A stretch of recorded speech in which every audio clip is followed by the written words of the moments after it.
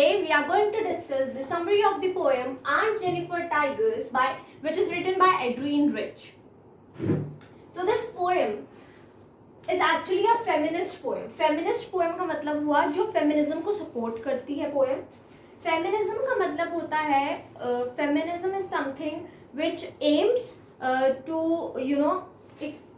for equality between both the genders, male as well as female.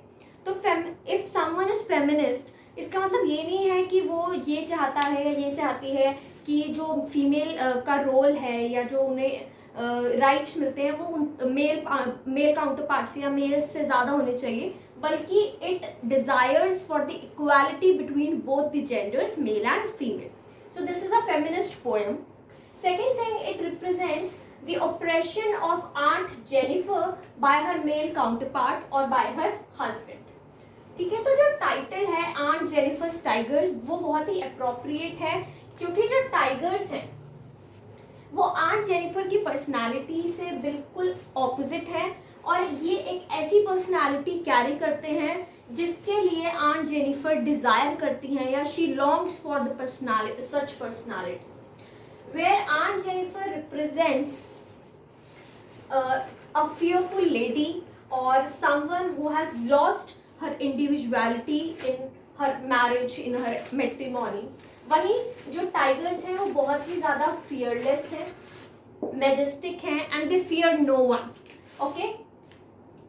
So it represents the excessive oppression or the submission of Aunt Jennifer by her male counterpart, by her husband. And the husband dominates the scene. ठीक है, तो वो बहुत ही ज़्यादा suppressed हो गई हैं या सबड्यूड हुई हैं अपनी पूरी lifetime by her husband due to the customs, due to the boundations and of course because she is bounded by him due to marriage. Okay, तो जो फर्स्ट स्टैंजा है पोएम का वो रिप्रेजेंट करता है कि आंट जेनिफर के क्या फियर्स हैं, और वो फियर जो है वो रिप्रेजेंट करती है through the knitting of tigers. वो एक्चुअल में रियलिटी में तो she is very very fearful and she has lost her identity, she has lost her individuality, लेकिन वो फिर भी उनकी एक डिज़ायर है, एक हिडन डिज़ायर है जो कि वो रिप्रेजेंट करती हैं through a world of imagination by creating a world of escape. ठीक है, तो पहले पैराग्राफ में टाइगर्स रिप्रेजेंट किए गए हैं कि किस तरीके से she is knitting and she is entering the world of escape, world of imagination. Second paragraph discusses this that how she has become a slave to her husband. वो कुछ भी करती हैं तो वो हस्बैंड के लिए ही करती हैं या उन्हीं के कमांड के थ्रू करती हैं, and this is what her reality is, which is completely different from what she longs for और व्हाट शी डिजायर्स फ्रॉम. ठीक है, तो she has just become a mayor slave to her husband, or she is just like an animal, treated just like an animal who just have to follow each and every command of her husband. Third paragraph represent करता है ऑर्डियल्स. ऑर्डियल्स का मतलब हुआ जो भी prolong experiences हैं या जो बहुत ही अनप्लेजेंट एक्सपीरियंसेस हैं जो आंट जेनिफर ने अपने पूरी इंटायर लाइफ टाइम फेस करे, और किस तरीके से वो एक्सपीरियंसेस या वो बाउंडेशंस उनकी डेथ के बाद भी उनसे सेपरेट नहीं होंगे. She will still not get freedom even after her death. लेकिन जो उन्होंने निट करे हैं tigers, they will go unafraid. Okay, so it represents the future and she cannot do anything against the wishes, against the commands of her husband. Let us explore some of the images and symbols used in the poem. First, tiger.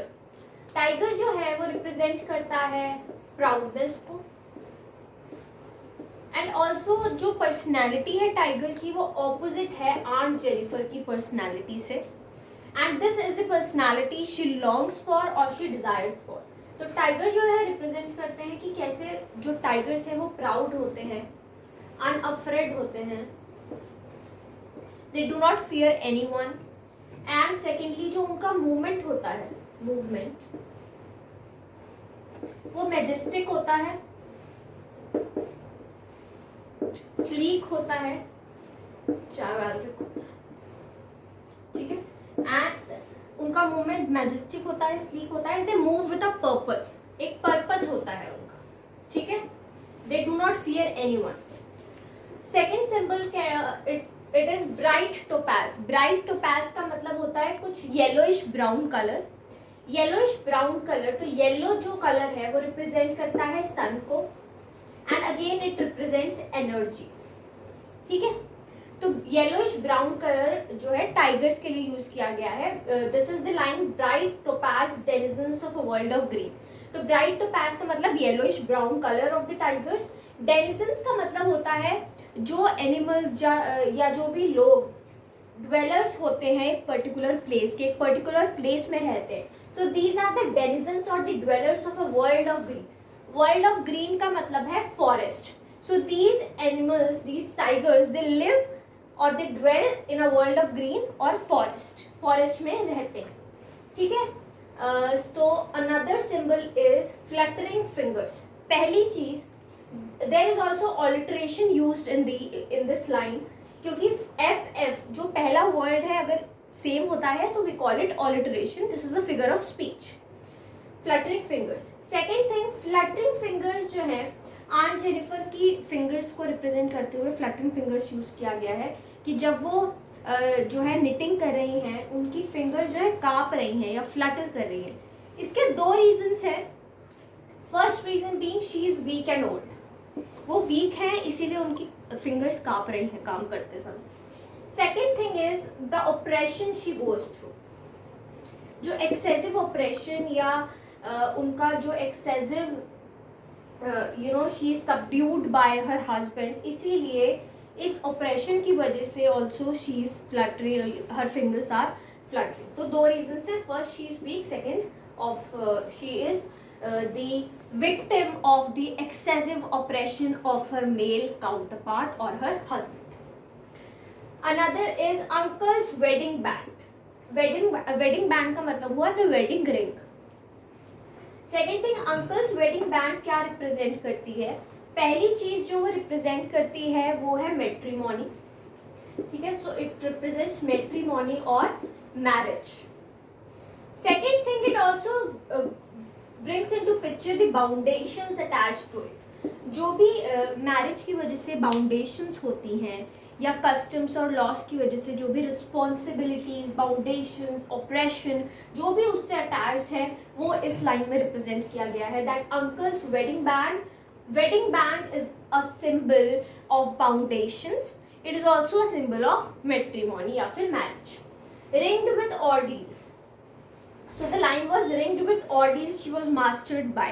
So even after the death of Aunt Jennifer, she will be ringed with ordeals. Ordeals का मतलब होता है कुछ prolonged experience, बहुत time से जो experience आप कर रहे हो या फिर जो अनप्लेजेंट एक्सपीरियंसेस होते हैं उन्हें हम ऑर्डियल्स बोलते हैं. तो जो भी ऑपरेशन, जो भी even the wedding band will be in her hand even after her death. जो freedom she longs for or she desires for, she will not get it even after her death. So जो उनकी desires हैं वो उन तक ही रह जाएंगी या वो इन्हीं imaginary world में सीमित रह जाएंगी. Although the tigers will go unafraid, they'll always be proud and unafraid even after her death, but she will always be mastered by the ill experiences or the unpleasant experiences she went through her entire lifetime. Thank you so much for watching the video. You can click the link given in the description down below for the detailed explanation of the poem. Also, like, comment and subscribe to my channel for more interesting videos. Till then, take care and stay safe.